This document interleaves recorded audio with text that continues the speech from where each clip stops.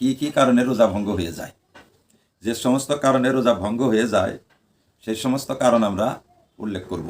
রোজা ভঙ্গ হয় অনেক কারণে, আমরা সেই সমস্ত কারণ একটা একটা সংক্ষেপে আপনাদের সামনে তুলে ধরব, যাতে আপনারা মনে রাখতে পারেন। 1 নম্বর, যদি আগরবাতি বা অন্য কোনো ধূম্ররাশি কোনো লোক নিজে নাকে বা মুখে গ্রহণ করে, তাহলে তার রোজা নষ্ট হয়ে যাবে। ইচ্ছাকৃতভাবে আগরবাতি বা বিড়ির ধোঁয়া, আগরবাতির ধোঁয়া, হুক্কার ধোঁয়া ইত্যাদি যদি নাক দিয়ে বা মুখ দিয়ে কেউ গ্রহণ করে, কেউ নিঃশ্বাস টানে, কেউ গলাধঃকরণ করে, তাহলে তার রোজা নষ্ট হয়ে যাবে। 2 নম্বর, রোজার অবস্থায় যদি ইনহেলার ব্যবহার করে অথবা নিউমোনিয়ার জন্য ভাপ নেয়, যেরকম নিউমোনিয়া বা বুক ভার হলে কোনো কোনো লোককে দেখা যায় তারা একটা পাতিলের মধ্যে পানি গরম করে সেই ভাপটা মুখ দিয়ে গ্রহণ করে, নাক দিয়ে মুখ দিয়ে ভাপ গ্রহণ করে। আবার কোনো কোনো রোগীকে দেখা যায় এক প্রকারের এক ঔষধ আছে, যে ওষুধটা সে মুখের মধ্যে ভাপ আকারে গ্রহণ করে, যাকে ইংরেজি ভাষায় ইনহেলার বলে। এই সমস্ত ব্যবহার করলে রোজা নষ্ট হয়ে যাবে। 3 নম্বর, রোজা রাখা অবস্থায় যদি কোনো লোক ইচ্ছাকৃতভাবে মুখ ভর্তি বমি করে, যদি মুখ ভর্তি বমি করে তাহলে তার রোজা নষ্ট হয়ে যাবে, রোজা পুনরায় রাখতে হবে। যদি মুখ ভর্তি যদি বমি না হয়, তাহলে এখানে দ্বিমত হয়েছে। কিছু আলেমদের মতে ইচ্ছাকৃত যদি অল্প বমি করে তবুও রোজা নষ্ট হয়ে যাবে, কিন্তু গবেষক উলামাদের মতে অল্প স্বল্প বমি করলে রোজা নষ্ট হবে না। তবে ইচ্ছাকৃতভাবে যদি বমি কেউ করে, তার জন্য রোজা কাজা করে নেওয়া, পরবর্তীতে একটা রোজা কাজা করে নেওয়ার মধ্যেই বেশি সতর্কতা বিদ্যমান, যেহেতু এখানে বিতর্ক সৃষ্টি হয়েছে। কিছু আলেমরা বলেন যে ইচ্ছাকৃত বমি করলেই রোজা নষ্ট হবে, অল্প হোক বা বেশি হোক। তবে কিছু সংখ্যক উলামাদের মতামত হচ্ছে যে মুখ ভর্তি যদি বমি হয় তাহলে রোজা নষ্ট হয়ে যাবে। 4 নম্বর, কোনো সময় দেখা যায় মানুষের নাকে রক্ত ফুটে, নাকে থেকে রক্ত বের হয়, যাকে উর্দু বা ফার্সি ভাষায় নাকসির বলা হয়। রক্ত প্রবাহিত হয়, এই নাকসির দিয়ে যখন রক্ত বের হয়, এই রক্ত যদি গলার ভিতরে চলে যায় তাহলে রোজা নষ্ট হয়ে যাবে। কোনো কারণবশত নাক দিয়েই হোক মুখ দিয়েই হোক রক্ত যদি গলার ভিতরে চলে যায় তাহলে রোজা নষ্ট হয়ে যাবে। 5 নম্বর, কোনো সময় দেখা যায় কোনো কোনো লোক যারা পান খায়, তারা পান মুখে দিয়ে মুখের ভিতরে পান রেখে ঘুমিয়ে যায়, আর মুখের মধ্যে পান থাকা অবস্থায় যদি ঘুমিয়ে গেল আর শুভে সাদেক পর্যন্ত ওই অবস্থায় রয়ে গেল, ঘুম থেকে ওঠার পরে দেখলো যে মুখের ভিতরে পানের ডিপলা রয়েছে, পান রয়েছে, তাহলে তার রোজা হবে না। কারণ পানের কিছু কিছু অংশ, কিছু কিছু রস নিশ্চয়ই ঘুমন্ত অবস্থায়ও তার ভিতরে প্রবেশ করেছে। এই অবস্থায় তার রোজা হবে না, রোজা নষ্ট হয়ে যাবে। 6 নম্বর, যদি কুলি করার সময়, গোসল করার সময়, উজু করার সময় অনিচ্ছাকৃতভাবে হঠাৎ যদি পানি গলার তলে চলে যায়, কণ্ঠনালীর ভিতরে পানি চলে যায়, কুলি করার সময়ে চলে যায় বা নাকে পানি দেওয়ার সময় হোক, গোসল করার সময় যদি কণ্ঠনালীর ভিতরে পানি চলে যায় তাহলে রোজা হবে না, রোজা নষ্ট হয়ে যাবে। 7 নম্বর, কোনো সময় দেখা যায় কিছু মানুষকে নাকের মধ্যে তেল লাগায়, কানের মধ্যেও তেল নেয়, যদি নাকের মধ্যে ওষুধের ফোঁটা ঢেলে দেয় বা কানের মধ্যে ওষুধের ফোঁটা ঢেলে দেয় অথবা তেল ঢেলে দেয়, তাহলে কানের মধ্যে তেল দিলে, নাকের মধ্যে তেল নিলে বা ঔষধ নিলে রোজা নষ্ট হয়ে যাবে। অবশ্য কোনো কোনো ইদানিং কোনো কোনো আলিমদের মতে কানের মধ্যে তেল বা ঔষধ নিলে রোজা নষ্ট হয় না। তারা এই জন্য বলেন যে বর্তমান বিজ্ঞান এই কথা প্রমাণ করে দিয়েছে যে কানের সাথে দেমাগের সাথে সম্পর্ক নেই, অর্থাৎ সরাসরি কানের রন্ধ্র যেটা, কানের ছিদ্রটা দেমাগ পর্যন্ত পৌঁছেনি, বরং মাঝে অন্তরায় রয়েছে। যদি অন্তরায় থাকে তাহলে তো রোজা নষ্ট হবে না। যাই হোক, মোট কথা রোজার অবস্থায় কানে বা নাকে তেল, ঔষধ ইত্যাদি না দেওয়া ভালো। নাকে দিলে তো রোজা নষ্ট হয়ে যাবে, তবে কানে দিলে রোজা নষ্ট হবে কিনা এ ব্যাপারে দ্বিমত দেখা দিয়েছে। সুতরাং কানে তেল বা ওষুধ না নেওয়াই ভালো। 8 নম্বর, কোনো লোককে যদি ধমকি দিয়ে, ভয় দেখিয়ে বা জবরদস্তি রোজা ভেঙে দেওয়া হয়, তাহলে তার রোজা নষ্ট হয়ে যাবে।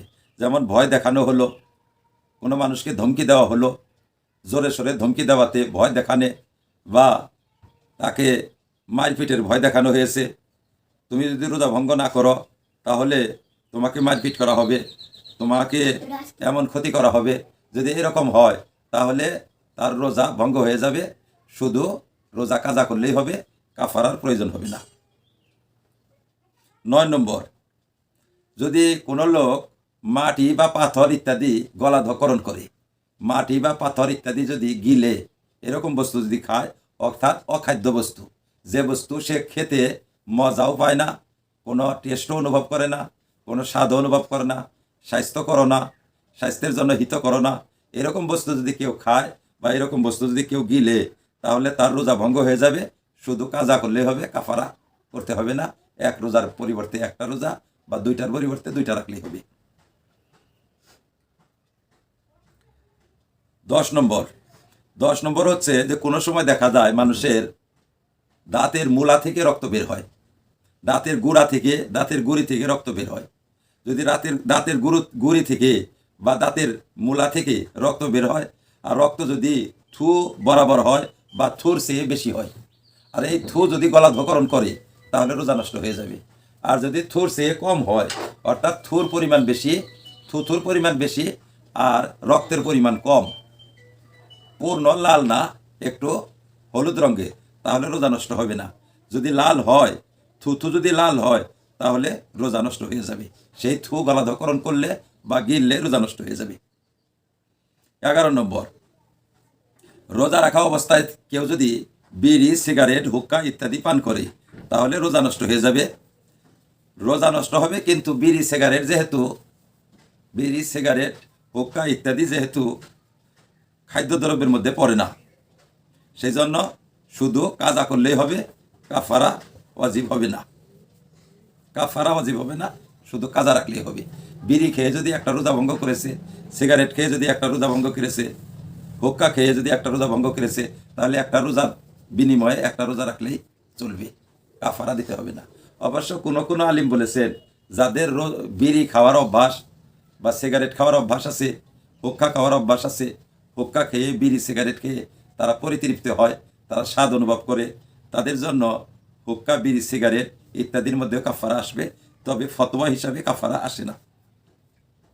12 নম্বর, হস্তমৈথুন দ্বারা যদি রেতপাত ঘটায়, হস্তমৈথুন দ্বারা যদি শুক্রপাত ঘটায় কোনো লোক, কোনো ছেলে বা মেয়ে, তাহলে তার রোজা নষ্ট হয়ে যাবে। এই রোজার জন্য কাফারা ওয়াজিব হবে না, কিন্তু কাজা করা ওয়াজিব হবে। একটা রোজা ভঙ্গ করলে একটা রোজাই রাখতে হবে, 3টা ভঙ্গ করলে 3টাই রাখতে হবে। 12 নম্বর হচ্ছে যে মাখামাখি, স্বামী স্ত্রী বা ছেলে মেয়ে বা স্ত্রীর সাথে মাখামাখি করাতে, চুম্বন করাতে বা হাসি মজা করাতে যদি শুক্রপাত ঘটে, হাতাহাতি করাতে যদি শুক্রপাত ঘটে, তাহলে রোজা নষ্ট হয়ে যাবে এবং একটা রোজার জন্য একটা কাজা রাখলেই হবে। 13 নম্বর, কোনো লোকের সুপ্তিস্খলন হয়েছে, সুপ্তিস্খলনের পর সে ভেবে নিয়েছে যে আমার রোজা হবে না, ভুলবশত। অত রোজা হয়, সুপ্তিস্খলনের রোজা নষ্ট হয় না, স্বপ্নদোষের রোজা নষ্ট হয় না, কিন্তু মশলা জানে না, মশলা না জেনে সে ভেবে নিয়েছে যে রোজা হবে না, এই ভেবে সে ব্যক্তি পানাহার করেছে, তাহলে তার রোজা তো নষ্ট হয়ে যাবে এবার। এবং এই রোজার জন্য শুধু কাজা করলেই হবে, পরে আর কাফারা দিতে হবে না। এই জন্য কাফারা দিতে হবে না যে সে ভুলবশত, অর্থাৎ মশলা না জানার জন্য খেয়েছে। মশলা যদি জানতো, শরীয়তের বিধান জানলে সে পানাহার করতো না। এই জন্য তার এই রোজাটা কাজা করতে হবে, কিন্তু কাফারা দিতে হবে না। 14 নম্বর, খুব শক্ত বেমারের জন্য, খুব ক্লান্ত শ্রান্ত হয়ে গেছে, খুব শক্ত বেমার, যে বেমারের জন্য রোজা রাখা অসম্ভব হয়ে গেছে, ডাক্তারের বলছে, মুসলিম ডক্টরে বলছে রোজা রাখতে পারবে না, এরকম শক্ত বেমারের জন্য যদি কেউ ইফতার করে রোজা ভঙ্গ করে তাহলে তার কাফারা দিতে হবে না, শুধুমাত্র একটা রোজার বিনিময়ে একটা রোজা রাখলেই হবে, কাফারা তার আসবে না। একটা বা দুইটার বিনিময়ে দুইটা, যে কয়টা রোজা ভঙ্গ করবে সেই কয়টা রাখলেই চলবে। 15 নম্বর, কোনো মানুষ রোজা রেখে যদি ইচ্ছাকৃতভাবে রোজা ভঙ্গ করে তাহলে তার উপর কাফারা ওয়াজিব হয়। কাফারা বলা হয় যেমন ইচ্ছা করে রোজা রেখেছিল, রোজা শুরু হয়েছে, রোজা শুরু হয়ে যাওয়ার পর সে ইচ্ছাকৃতভাবে পানাহার করলো বা স্ত্রীর সাথে মিলিত হলেও, তাহলে তার রোজা নষ্ট হবে এবং সাথে সাথে কাফারাও ওয়াজিব হবে। কিন্তু সৌভাগ্যবশত এই দিনই যদি সে ব্যক্তি বেমার হয়ে যায়, অর্থাৎ এইরকম বেমার হলো রোজাটা নষ্ট করার পর এইরকম বেমার হলো যে রোজা যদি আগে নষ্ট নাও করতো এখন তাকে নষ্ট করতে হতো, এরকম বেমার যদি হয় তাহলে সে ব্যক্তি কাফারা থেকে মুক্তি পেয়ে যাবে, কাফারা তার রাখতে হবে না, শুধু কাজা রাখলেই চলবে, কাজা রাখলেই হবে। 16 নম্বর, কোনো মহিলার সাথে যদি কোনো পুরুষে জোরপূর্বক শারীরিক সম্পর্ক করে তাহলে মহিলাটি যেহেতু বাধ্য হয়ে এই কাজটি করতে দিয়েছে, জবরদস্তি করেছে, জোরপূর্বক করেছে, তাই তার রোজা তো নষ্ট হবে, কিন্তু এজন্য তার কাফারা দিতে হবে না, শুধুমাত্র যে কয়টা রোজা নষ্ট হয়েছে সেই কয়টা রোজা রাখলেই চলবে, রোজার আর কাফারা লাগবে না। যেমন একটা রোজা নষ্ট হলে একটা রাখলেই চলবে, দুটো নষ্ট হলে দুটো রাখলেই চলবে। 17 নম্বর, কোনো লোক সফরে গিয়েছে, সফরে যখন রওনা দিবে রোজার অবস্থায় যদি সফর শুরু করে তাহলে রোজা ভঙ্গ করতে পারবে না, রোজা ভঙ্গ করা জায়েজ নেই, রোজা অবস্থায় সফর করতে হবে এবং রোজা রাখতে হবে। কিন্তু সফরে যাওয়ার পরে যদি রোজা আসে, যেমন রাতের বেলায় সফর করেছে, এবার সেহরির সময় সে রোজা রাখলো না, এটা ঠিক আছে, রোজা না রাখতে পারে, শরীর সফর হলে রোজা না রাখার অনুমতি আছে, কিন্তু রোজা রাখা অবস্থায় যদি সফর করে তখন কিন্তু রোজা ভঙ্গ করতে পারবে না, রোজা ভঙ্গ করার অনুমতি নেই। কিন্তু তবুও যদি সফরের অবস্থায় যদি রোজা ভঙ্গ করে তাহলে রোজা তো ভঙ্গ হয়ে যাবে এবং কাজা ওয়াজিব হবে, কিন্তু কাফারা ওয়াজিব হবে না। ঘরে থাকা অবস্থায় যদি রোজা ভঙ্গ করত, বিনা উজরে যদি রোজা ভঙ্গ করত তাহলে কাজা ও কাফারা উভয় ওয়াজিব হতো, কিন্তু সফরে গিয়ে রোজা ভঙ্গ করেছে, যদিও ভঙ্গ করা বৈধ নয়, কিন্তু সফরে গিয়ে ভঙ্গ করার জন্য তার রোজা ভঙ্গ হয়ে যাবে, কাজা ওয়াজিব হবে, কিন্তু কাফারা ওয়াজিব হবে না। 18 নম্বর, কোনো লোক যদি পিচকারি ব্যবহার করে, যেমন কোনো সময় রোগীকে পিচকারি দেওয়া হয় পেট পরিষ্কার করার জন্য, যে কোনো রোগের জন্য, যে কোনো অসুখের জন্য এটা দিতে পারি, পিছন দিয়ে যদি পিচকারি ঢুকিয়ে দেয়, পিচকারি দেয় এবং পেট পরিষ্কার করা হয়, পিচকারি দেওয়া হয় পেট পরিষ্কার করার জন্য, তাহলে তার রোজা নষ্ট হয়ে যাবে, কিন্তু এতে কাফারা ওয়াজিব হবে না, একটা রোজার জন্য একটা রাখলেই চলবে। 19 নম্বর, আমরা জানি যে অর্শ বেমার 3 প্রকার, একটাকে বলা হয় অন্দর বলি, একটাকে বলা হয় মধ্য বলি, একটাকে বলা হয় বহির বলি। অর্থাৎ যখন মানুষের অর্শ বা বাওয়াসির হয়, বাওয়াসিরের মধ্যে গুটার মতো হয়, রগ বা এই ভ্যানগুলো ফুলে গিয়ে, রগ ফুলে গিয়ে গোটা গোটা হয়, এই গোটাটা কোনো সময় বাইরে বের হয়ে আসে, কোনো সময় ভিতরে থাকে, কোনো সময় মাঝামাঝিতে থাকে, অর্থাৎ সবসময় বাইরে থাকে না, যদিও বাইরে আসে কিন্তু এমনি সচরাচর ভিতরেই থাকে। তো যে গোটাটা বাইরে থাকে সেই গোটার মশলা এখানে অর্শ বলি যদি বের হয়ে থাকে এবং সেই বলির মধ্যে যদি কি দেওয়া হয়, ঔষধ ব্যবহার করা হয়, তাহলে যদি ঔষধ লাগাবার পর ভিতরে চলে যায়, অর্থাৎ অন্দর বলি বা মধ্য বলিতে যদি ঔষধ লাগানো হয়, যে বলিটা ঔষধ লাগাবার পর ভিতরে চলে গেল তাহলে রোজা নষ্ট হয়ে যাবে, ভিতরে চলে গেলে রোজা নষ্ট হয়ে যাবে। কিন্তু এই রোজার জন্য তাকে কাফারা দিতে হবে না, শুধুমাত্র একটা রোজার বিনিময়ে একটা রোজা রাখলে হবে, একটা রোজা নষ্ট হলে একটা রাখবে, কাফারা দিতে হবে না। কিন্তু যেটা বাইরেই থাকে, যদি বহির বলি হয়, যদি বাবাসির বা অর্শের বলি যদি সবসময় বাইরে থাকে, আর বাইরেরটার মধ্যে যদি ওষুধ লাগানো হয় তাহলে রোজা নষ্ট হবে না, এটার মধ্যে ওষুধ লাগানো জায়েজ আছে। ঠিক তেমন মহিলাদের জন্য না, এটা পুরুষের মশলা। পুরুষের প্রস্রাবের রাস্তার মধ্যে যদি ওষুধ দেওয়া হয়, ঔষধ বা পানি ইত্যাদি দেওয়া হয়, তাহলে এবং এই ঔষধ বা পানি যদি ভিতরে চলে যায় তাহলে রোজা নষ্ট হয়ে যাবে। কিন্তু এতে কি হবে না, এতে কাফারা ওয়াজিব হবে না, শুধুমাত্র কাজা আদায় করলেই হবে, কাফারা দিতে হবে না। ঠিক তেমন মহিলাদের প্রস্রাবের রাস্তায় যদি ঔষধ দেওয়া হয়, কোনো ঔষধ রাখা হয়, তাতে সঙ্গে সঙ্গে তার রোজা নষ্ট হয়ে যাবে। ভিতরে গেলেও রোজা নষ্ট হবে, ভিতরে না গেলেও রোজা নষ্ট হবে। কিন্তু ছেলেদের বেলায় একটু পার্থক্য। ছেলেদের বেলায় ঔষধ দেওয়ার পর যদি ঔষধটা ভিতরের দিকে চলে যায় তাহলে রোজা নষ্ট হবে, কিন্তু মেয়েদের বেলায় ভিতরে না গেলেও রোজা নষ্ট হয়ে যাবে। এবং উভয়ের জন্যই কাজা করতে হবে, একটা রোজার বিনিময়ে একটা রোজা রাখলেই হবে, কাফারা দিতে হবে না। এখানে শুধু কাজা আদায় করলেই হবে।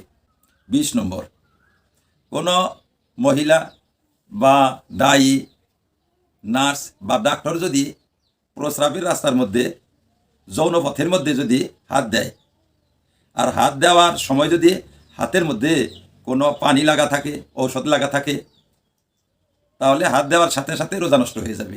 আর যদি হাত শুকনো থাকে, হাতের মধ্যে কোনো পানি বা ঔষধ ইত্যাদি না থাকে, একবার হাত দেওয়ার পর যদি সেই হাত পুনরায় দেয় তাহলে রোজা নষ্ট হয়ে যাবে, কিন্তু এতে কাফারা ওয়াজিব হবে না, শুধু একটা রোজার পরিবর্তে একটা রোজা রাখলেই হবে। তাহলে এই যে কয়েকটা অবস্থা আমি বললাম, এই কয়েকটা অবস্থায় রোজা নষ্ট হয়ে যাবে, কিন্তু এই সমস্ত অবস্থার মধ্যে কাফারা ওয়াজিব হবে না, শুধুমাত্র কাজা করলেই হবে। অর্থাৎ এক রোজার বিনিময়ে একটা রোজা রাখলেই হবে, এক রোজার বিনিময়ে 61টা রোজা রাখতে হবে না। যে কয়েকটা অবস্থা বললাম, আশা রাখি আপনারা এই কয়েকটা অবস্থা মনে রাখলে তাহলে এখানে আপনাদের দুইটা ফায়দা হবে। একটা ফায়দা হচ্ছে যে রোজা নষ্ট হলো কি না এটা আপনারা জানতে পারবেন। যদি রোজা নষ্ট হয়ে গেছে তাহলে রোজার কাজা করতে হবে, একটার বিনিময়ে একটা রোজা রাখতে হবে। আর যদি রোজা নষ্ট হয়নি তাহলে আপনারা রোজাটা পূর্ণ করবেন। দ্বিতীয় লাভ হবে যে এই সব কারণে যদি রোজা নষ্ট হয়ে যায়ও তবুও কি করতে হবে না, আপনাকে কাফারা দিতে হবে না। এর সাথে আরও একটা কথা বলে রাখি, কোনো লোক যদি ইফতার করেছে কিন্তু ইফতারের সময় সে ব্যক্তি ভেবে নিয়েছিল যে ইফতারের সময় হয়েছে মনে করে সে ব্যক্তি ইফতার করেছে, অথবা সেহরি খেয়েছে এই কথা মনে করে সেহরি খেয়েছে যে এখনো শোবে সাদেক হয়নি, কিন্তু পরে দেখা গেল যে শোবে সাদেক হয়ে গেছিল, তাহলে এই দুই ব্যক্তির রোজা হবে না, কিন্তু এক রোজার বিনিময়ে একটা রাখলেই হবে, শুধু কাজা রাখতে হবে, কাফারা দিতে হবে না। তাহলে এই কয়েকটা কথা বললাম, এই কয়েকটার মধ্যে শুধুমাত্র কাজা রাখলেই হবে, কাফারা লাগবে না। ইনশাল্লাহ আপনারা কথাগুলো মনে রাখবেন এবং এগুলো কর্ম থেকে আত্মরক্ষা করার চেষ্টা করবেন। আল্লাহ তাআলা যেন আমাদেরকে এই সমস্ত কর্ম থেকে আত্মরক্ষা করার তৌফিক দান করেন। হঠাৎ এরূপ কোনো কর্ম হয়ে গেলে যেন আমরা তার পরিবর্তে রোজার পরিবর্তে রোজা, একটার পরিবর্তে একটা, দুইটার পরিবর্তে দুইটা, এই পরিমাণ এইভাবে যে কয়টা রোজা আমাদের নষ্ট হবে সেই কয়টা রোজা যেন আমরা রাখতে পারি। আল্লাহ পাক আমাদেরকে রোজা রাখার তৌফিক দান করুন, এই সমস্ত মশলাকে বুঝবার এবং তদনুসারে আমল করার তৌফিক দান করুন। আমিন ওয়া আখিরু দাওয়ানা আনিল হামদুলিল্লাহি রাব্বিল আলামিন।